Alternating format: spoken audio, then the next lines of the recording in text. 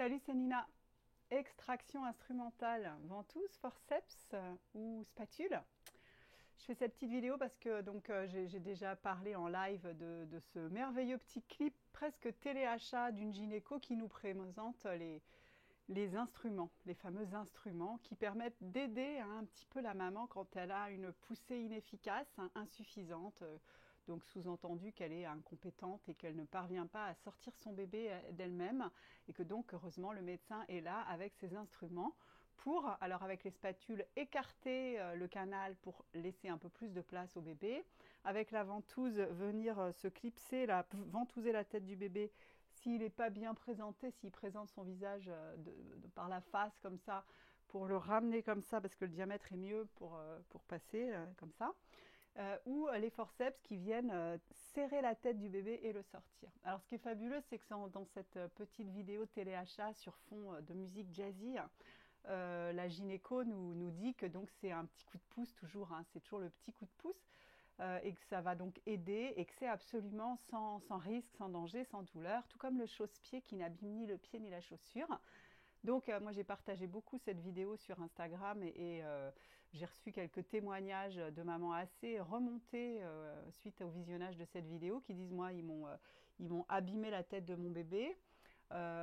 Sylvester Stallone, que l'on connaît tous avec ses yeux comme ça, c'est suite à une naissance instrumentée. C'est les forceps qui lui ont bousillé les yeux. Alors on va dire oui, bah, c'était dans les années 50. Oui, bon d'accord, c'était quand même des forceps. Ça fait longtemps que ça existe, des forceps.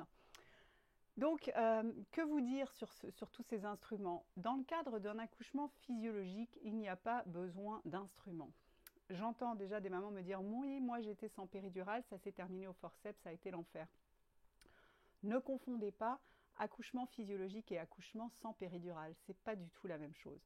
Le fait de ne pas avoir de péridurale est une condition nécessaire mais pas suffisante. Pour parler d'un accouchement physiologique, il faut respecter l'ensemble des besoins de base de la femme en travail, à savoir le débranchage du néocortex, donc ne pas avoir de stimulation néocorticale, notamment avec la parole, et puis avec la lumière, enfin des informations, surtout des choses, des infos, des questions qu'on va poser, des gens qui parlent, ça stimule le néocortex.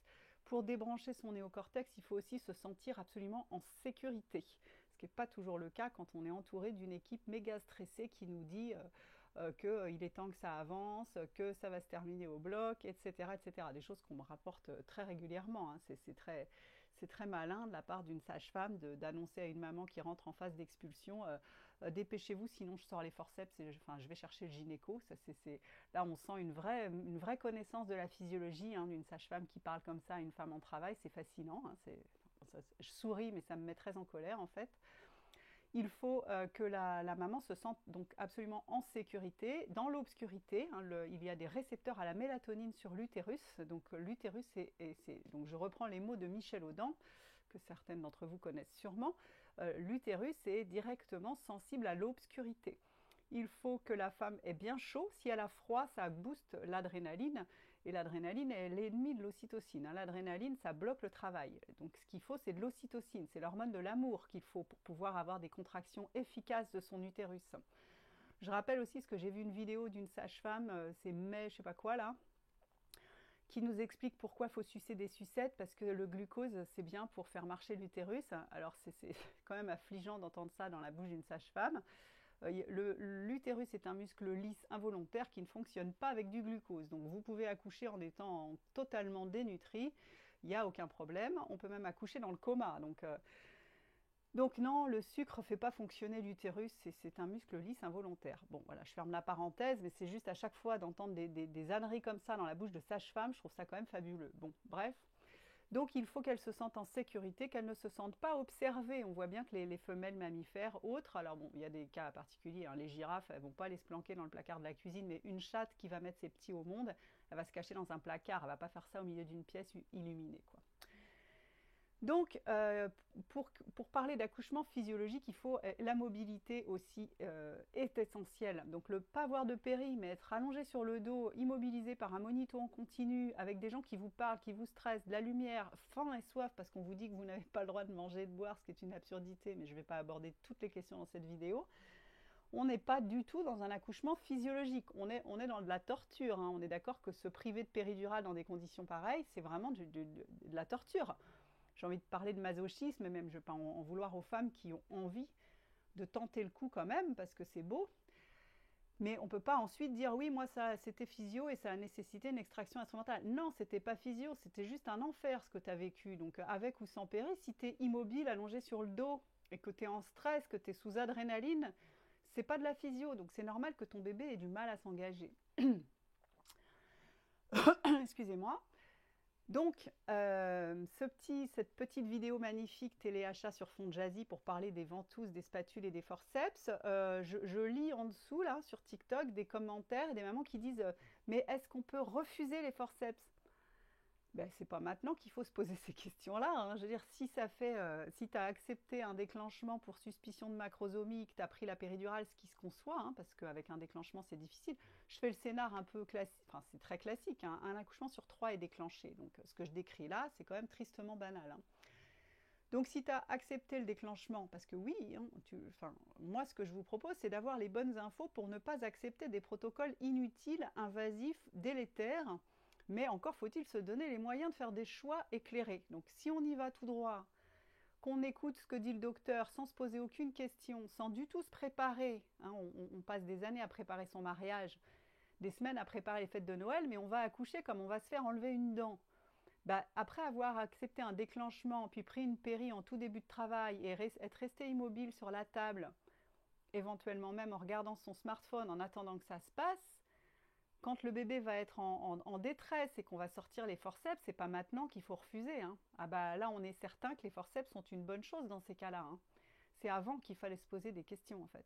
C'est avant qu'il faut se préparer pour comprendre ce que c'est que la physiologie, pour comprendre comment on met toutes les chances de son côté pour vivre un enfantement en pleine puissance, pour offrir à son bébé la naissance qu'il mérite et pour ne pas se retrouver à se faire abîmer. Parce que oui, bien sûr, ça peut potentiellement, ça peut abîmer le périnée, ça peut abîmer la tête du bébé. Là, il y en a qui gardent le crâne déformé par les ventouses ou les forceps.